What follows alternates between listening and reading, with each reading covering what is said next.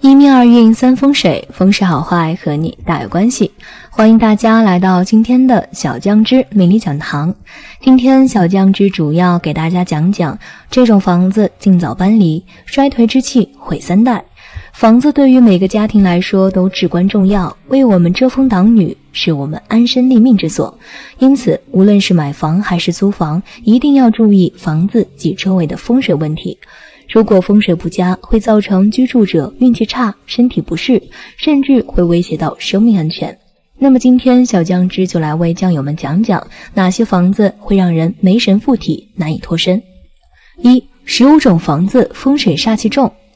反弓水。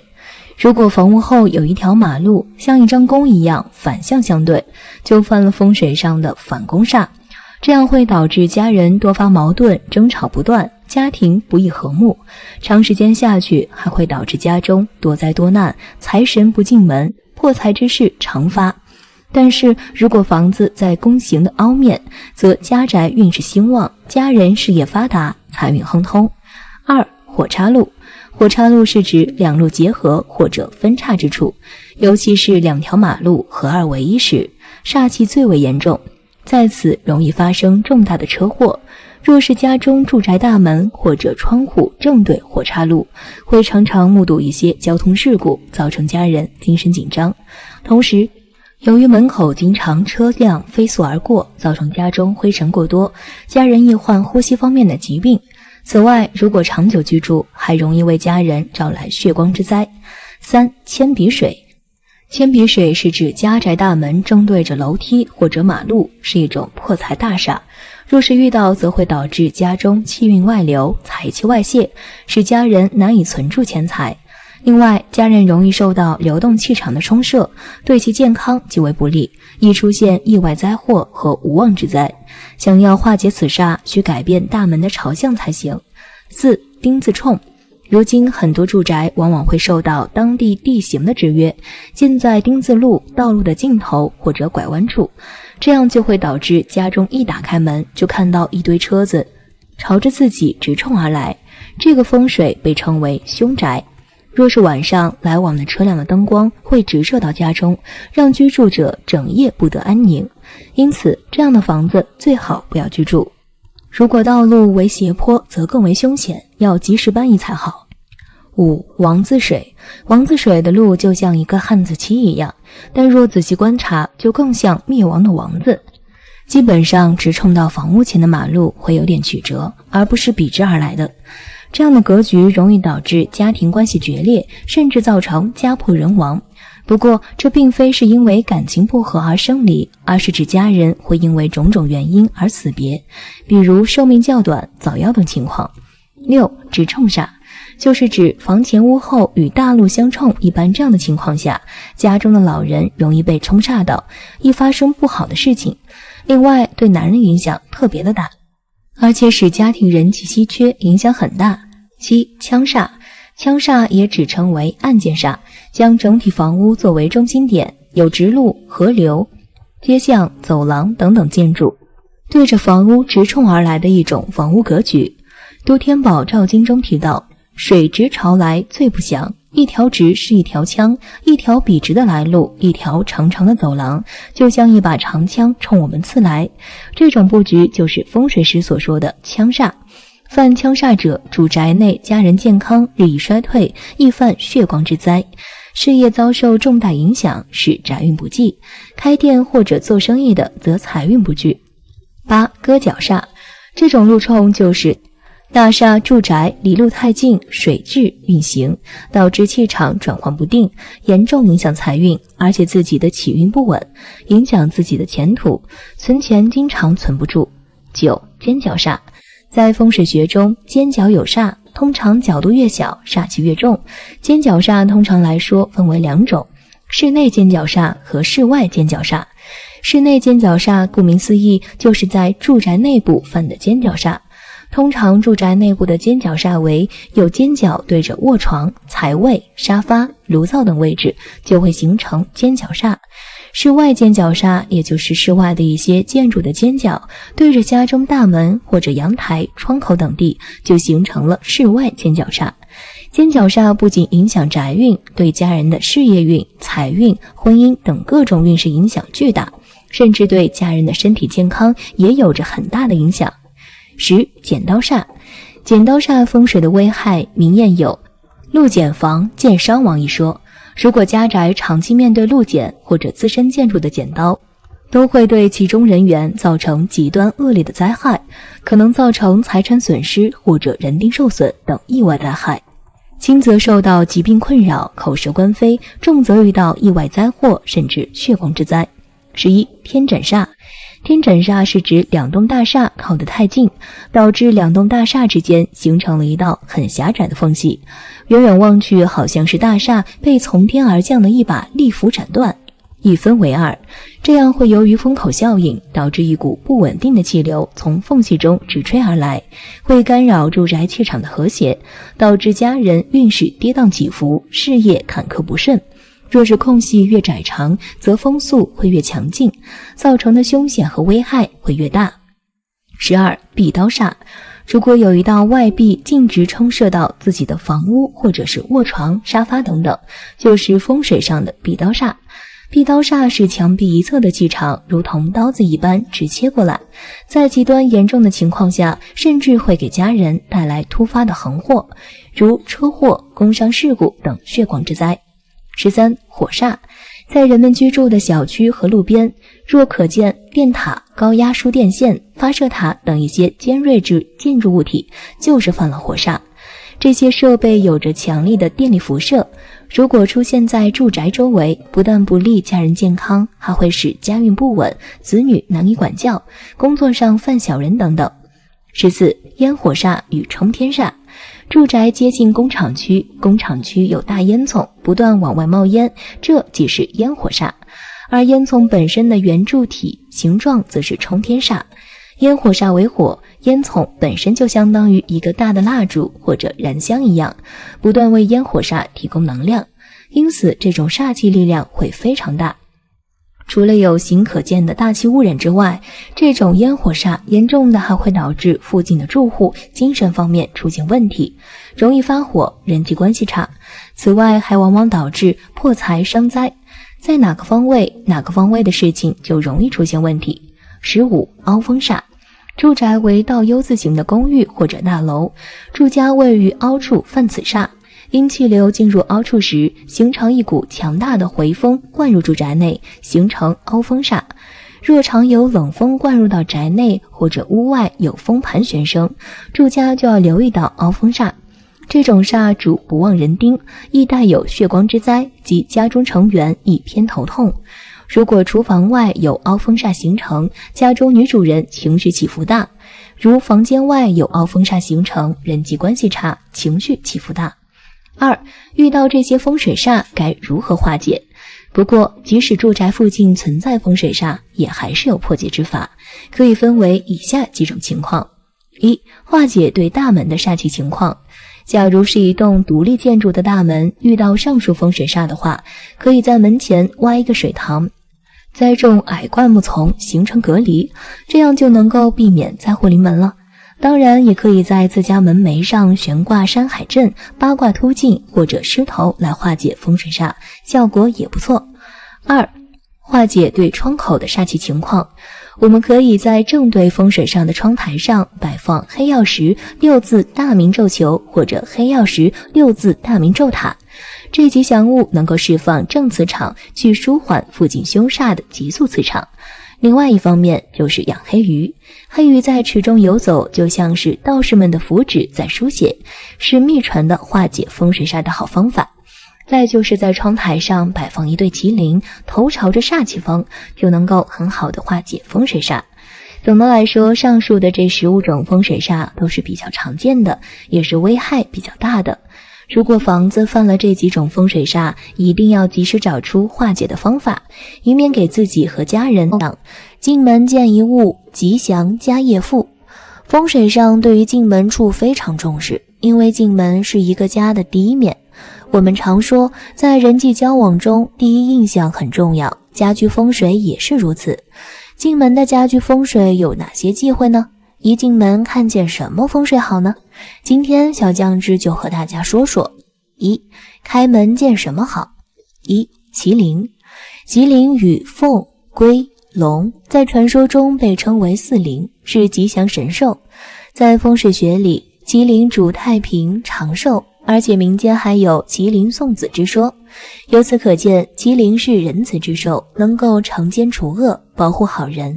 而且在风水学中，麒麟的镇宅化煞能力最强。在家里进门玄关处摆放麒麟摆件，能够起到镇宅避煞、消灾解难、催财升官、驱除邪佞、添丁旺丁、保佑家人出入平安之功，有着非常好的象征意义。二、发财树。发财树作为一种风水植物，而且还是一种招财效应很好的风水植物，所以将其摆放在门口，确实能够强化店铺的财运，让店铺中聚集更多的财气，这样对于个人的事业和生意会有很大的帮助。发财树通常被视为发财的象征，多用于办公室或者家庭的装饰物品。种植发财树象征着生意兴隆，财源滚滚。三、五帝铜钱。进门见五帝铜钱能挡灾。五帝钱也就是清朝顺治、康熙、雍正、乾隆、嘉庆5个皇帝在位时所铸造流通的铜钱，就是五帝钱。因为这5个皇帝在位时，清朝是非常强大鼎盛，社会安定繁荣，被称为康乾盛世。而且更因此时从皇帝至民众皆虔诚信服释教，释教鼎盛，作为广泛流传利用的铜钱，自然吸收了其时天地人时空之能量精华，携带了贮存了其时的信息，因此具有挡煞化灾辟邪之功效。四、福字。开家门见福字或见到其他祥和喜气的风水物品最为吉祥。这一类风水吉祥物能够声望住宅风水，也能够招财纳福，并且根据所见吉物的风水寓意，还有助于在家中聚集人气、财气、和气等良好的气运。五、九鱼图。九鱼图是以9条鱼为主题作画的画作，因为画家不同，所以我们在市场上所见到的九鱼图也是各有不同的。不过每一幅九鱼图的主要特点却没有改变。一是每幅画中都有2种颜色的鱼，红色代表着招财，黑色代表着辟邪。二是所有的鱼的状态都是非常活泼且积极的，故而当我们在进门处悬挂九鱼图的时候，往往能够提升家中的风水财运，达到聚财旺财的目的。六、花鸟图。花鸟图是以盛开的花和灵动的鸟为主题作画的画作，这种画以活泼、和谐、雍容华贵为主要特点，鸟的动和花的静相结合，共同构建了一幅令人见之便觉得身心愉悦的画作。除此之外，花鸟图在风水中还寓意着聚财、生财、旺财，是一种能够提升家中财运的吉祥画作，所以很适合悬挂在进门的地方。七、葫芦。葫芦可以是我们熟知的葫芦植物果实，也可以是用玉石、金银等材料打造的具有葫芦造型的摆件。但不管是哪一种，它都能够起到聚揽福运、提升官禄运和事业运的吉祥作用。如果将它悬挂或者摆放在开门的地方，让我们一进屋就能看到，那么将会对主人的运势的提升是有大大的帮助的。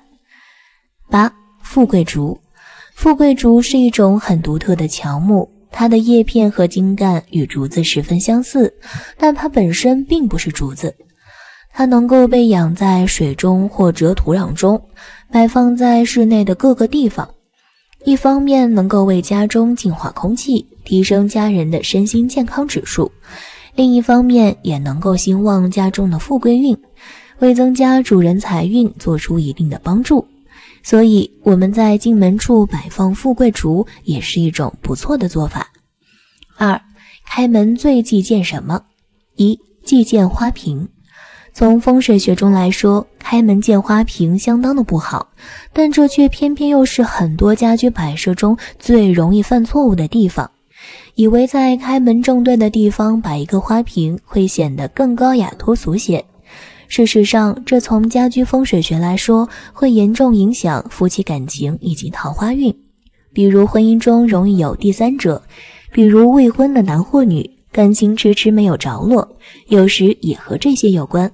化解方法：花瓶上别空着，可以插一些真花或者一些植物。另外的方法就是移到一些开门见不着的地方或者角落里，这样自然就没有影响了。2. 忌剑刀剑。关于这点，大多数人都知道不好，因为剑和刀具都属于煞气颇重的摆设，普通百姓家庭不适合摆设，除非家里有人从事政法、军人、警察、消防等工作才适合。除此之外，别人开门见到这些摆设都非常不好，容易引起口舌、争执、纠缠、是非，甚至官非、头痛等现象。严重的还会引起因身体问题动手术等事。化解方法：最好是拿掉或者挂在书房上。如果实在喜欢挂，最好在剑或者刀具上面绑一条红布，这样自然就可以制服化解。3. 忌见阳台。在现代城市建筑中，很多家居都存在开门见阳台或门和阳台相通的情况，在风水上叫做穿堂煞。这通常对财运有一定的影响，比如财运好，但用钱的地方也多，意思就是财来财去，存不住钱。化解方法：可以适当在阳台种一些植物，或者客厅的沙发做7字形或者 L 型摆设，这个问题自然可以化解。4. 忌见走廊。进门就是长长的走廊和通道，风水上将这样的格局称之为穿心剑，会导致大门磁场不稳，气难聚则财易逝，还容易造成家中的是非横生、夫妻离心等。化解方法：在大门的入口做一个玄关，就好像一个坚固的盾牌，保护了家人不受到穿心煞的伤害。同时在玄关上摆放铜葫芦，让其将枪煞带尽，保护家人健康。5. 忌见厕所。这种情况在大户型的家居风水里经常会遇到，有以下不好的影响。比如工作上好事多磨多阻滞，而且工作事业上容易有小人是非，身体上来说容易有肠胃或者妇科上的毛病。化解方法：可以在洗手间的门前挂一个帘子，或者是在洗手间的门上贴一幅山水画，这些都可以减轻或者化解。6. 忌见冰箱。生活中冰箱一般适合放在角落位置上，如果开门见冰箱，说明平时做事、感情、财运都颇费周折，很多事情要加倍努力或者付出才会成功，就是要比别人更加的吃力，事情才可解决或者圆满。化解方法：最好用一块布把冰箱盖起来，但尽量不要用红布，用一些素色类的布都可以。7. 忌见洗衣机。开门见洗衣机的情况生活中不算太多，但一旦遇到绝对不能轻视，因为这会令你的财运如水般流走，不但存不到钱，往往还会花未来钱，甚至欠债，并且家里经常有人会出差，或者工作上经常要加班等等。化解方法：最好在洗衣机前面加一些东西挡一挡，比如一个小柜子，甚至一盆植物等等，都可以化解这些情况。8. 忌见镜子。有人喜欢在开门正对的地方挂上一面镜子，方便出入时照一照着装，这个摆设也相当不好，容易引起女性头晕、头痛、失眠等现象。化解方法：建议拿开，至少平时不用的时候要将镜子藏起来，或者用布盖起来。家门口是家的第一道风水，所以必须要重视。门口风水不好，财神就不会进入家门，所以一定要开门见喜，这样日子才能越过越好。吊兰百子处，旺财旺人丁。吊兰有着甲醛去除之王的称号，所以很多新装修的房子里面都会养上一盆吊兰来净化空气。但也有人说，吊兰不是那种向上生长的植物，由于花叶修长，一般都会向下弯曲，被认为是走下坡路，养在家中风水不好。从风水角度来说，吊兰真的不适合养在家中吗？家中养吊兰需要注意哪些风水呢？下面我们来具体解读一下。一，吊兰真的不适合养在家吗？并不是沾染了吊兰就会对风水不好，这是一个误解。比如以买卖吊兰为生的商人，自然并不一定是亏本，但是对于养殖的人来说，如果长期养殖吊兰，那么吊兰就会跟生活息息相关，最终融合在一起。而从易经的角度来说，吊兰是一种象，代表一种信息，如果长期养殖，就会对人的生活造成不利的影响，因而短期养是没问题的。在装修过后，的确可以养几盆，净化空气，更快地搬进去。但是从长远来看，最好不要长期养殖，不然容易导致事业的衰退，也不利于家中运势的增加。而从风水学上讲，将吊兰摆在家中是可以令夫妻关系友善、温馨祥和，摆放在合适的位置，还能够增添家人的气运以及财运。而吊兰还能净化空气，十分有利于健康，为房屋住宅增添了一股生气，所以家里养吊兰还是非常有好处的。二、家中养吊兰的作用。一、美化环境。吊兰是非常有观赏价值的植物，叶片细长柔软，生长时会盆沿向下垂，舒展散垂，就像一朵绽开的花朵，给人以柔和美丽之感，而且是四季常青，冬天也不会枯萎。花期是在夏季，会开上一些小白花，加上黄色的花蕊，非常适合美化居室。二、净化空气。很多人在家里面刚刚装修好的时候，就先将吊兰搬进新家里面。这样做的原因就是吊兰能够净化空气，吸收装修时残留的甲醛等有害气体。吊兰会利用自身的新陈代谢，能够吸收室内 80% 以上的有害气体，把致癌的甲醛转化为氨基酸和糖，这两种对人体比较好的物质，简直就是一台绿色的空气净化器。在家里养上2盆，基本上可以把家中的有毒气体吸收殆尽。三、药用价值。吊兰还有着一定的药用价值，它的根和草全都是可以入药的，能够化痰止咳、清热解毒，主痰热咳嗽、跌打损伤、骨折、臃肿、痔疮、烧伤。但是自己在家中可不要胡乱服用，需要在医师的指导下进行。四、化煞招财。吊兰是家居植物盆栽里面非常受欢迎的一种，它对于居家环境的风水起着很好的调节作用。关于吊兰的风水，有这样一句老话：家有吊兰，乌鬼胆寒。吊兰十分好养活，而且它是要开花，还有着非常好的寓意，是会给家里面带来健康和财运的。三、吊兰摆放的风水遗迹。一、忌放一株。在家中养吊兰需要注意的是，最好不要只养一株吊兰。在风水学上看，这样会在屋子里形成一个困字，是不好的寓意。平时在养护吊兰时，一定要注意修剪以及浇水，如果养护不当，就会带来气衰，主人自然也会受到牵连。二、禁摆放阴凉处。虽然吊兰的耐阴性很强，但不适合长时间不接受光照。如果将其摆放在阴凉处养护，不仅会影响吊兰的正常生长，还会吸附四周的阴气。长时间摆放在卫生间、卧室等没有阳光的地方，会使人患上各种疾病。三、禁摆放干燥处。吊兰喜欢生长在温暖湿润的环境下，通常需要及时的给其浇水，不然会影响吊兰的生长，还会很容易遭受到病虫的危害。通常吊兰摆放在干燥处对风水也不好，很容易使室内的气运下降，破坏财运等不好的风水作用。四、不宜摆在办公室、书房。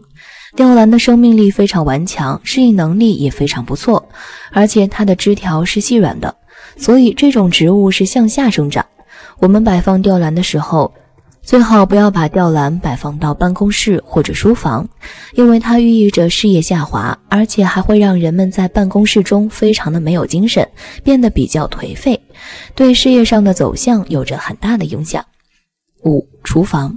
一日三餐，人们会每天花费大量的时间在厨房，植物除客厅外也会经常出现在厨房中。厨房的环境湿度适合吊兰的生长。此外，厨房一般采用白色或者浅色装潢，不锈钢水槽。吊兰可以柔化硬朗的线条，让你的厨房生机盎然。厨房窗户较少，盆栽能够消除寒冷感，增加温馨的气氛。阳光较少，正适合吊兰的生长。厨房油烟和温度都较大，物品零碎，适合摆放小型盆栽。所有的这些都要求植株较小，喜阴，有净化作用，吊兰是最好的选择。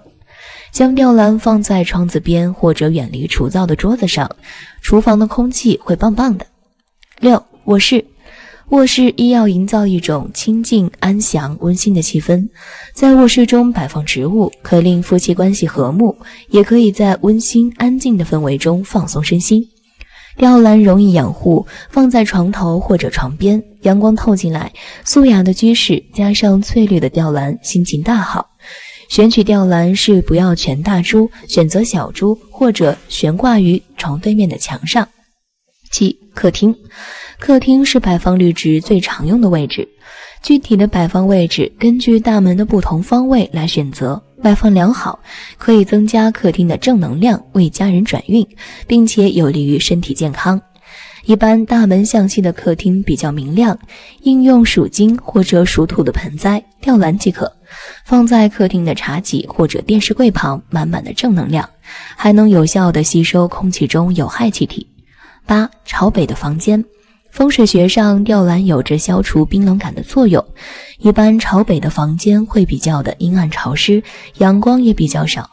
吊兰是一种阴性植物，所以将其摆在朝北的房间最合适不过了，能给阴冷的房间带来生气，还能够增加房间的气场。9. 卫生间。很多人会怀疑，为什么会有人在洗手间养上植株盆栽？其实这些养在洗手间的盆栽是经过精挑细选的，吊兰就是卫生间植物的首选。吊兰在小房间里面的作用就相当于一个空气净化器，它可以专门吸卫生间的异味。要是养得旺盛之后，还会将整个家庭的收入和财运提升一大段呢。4. 吊兰的养护风水。1. 浇水。